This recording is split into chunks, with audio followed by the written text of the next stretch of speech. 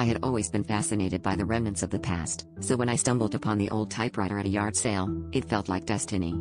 It was a relic, with keys that seemed to whisper secrets of bygone eras. I brought it home, eager to discover what stories it might inspire. That night, as a storm brewed outside, I sat in the dim glow of my desk lamp and placed a fresh sheet of paper into the typewriter. Without warning, the keys began to clatter on their own, spelling out words that sent a shiver down my spine. "There are things you should not seek," it typed, as if warning me. Intrigued and unnerved, I read on as the typewriter narrated a tale of a man who delved too deeply into the mysteries of the world, only to find himself ensnared by forces he didn't understand. The story was gripping, with each paragraph drawing me further into its dark embrace. But then, the narrative shifted abruptly, describing events that mirrored my own life with eerie precision. The protagonist's fascination with forgotten relics, the storm outside, even the layout of my apartment, all eerily familiar.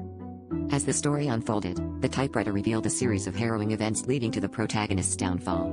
I watched in horror as it detailed each moment with chilling accuracy, painting a picture of a future I couldn't escape.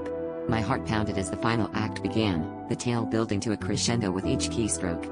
The protagonist discovered too late that the typewriter was no mere object, but a conduit for something malevolent, something that had been watching and waiting. The climax hit like a thunderclap.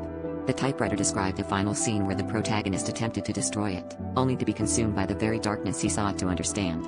As the last word appeared on the page, my name, the typewriter fell silent, leaving me alone with the echo of its warning. I stared at the paper, paralyzed by fear, knowing that the story wasn't just fiction. It was a prophecy,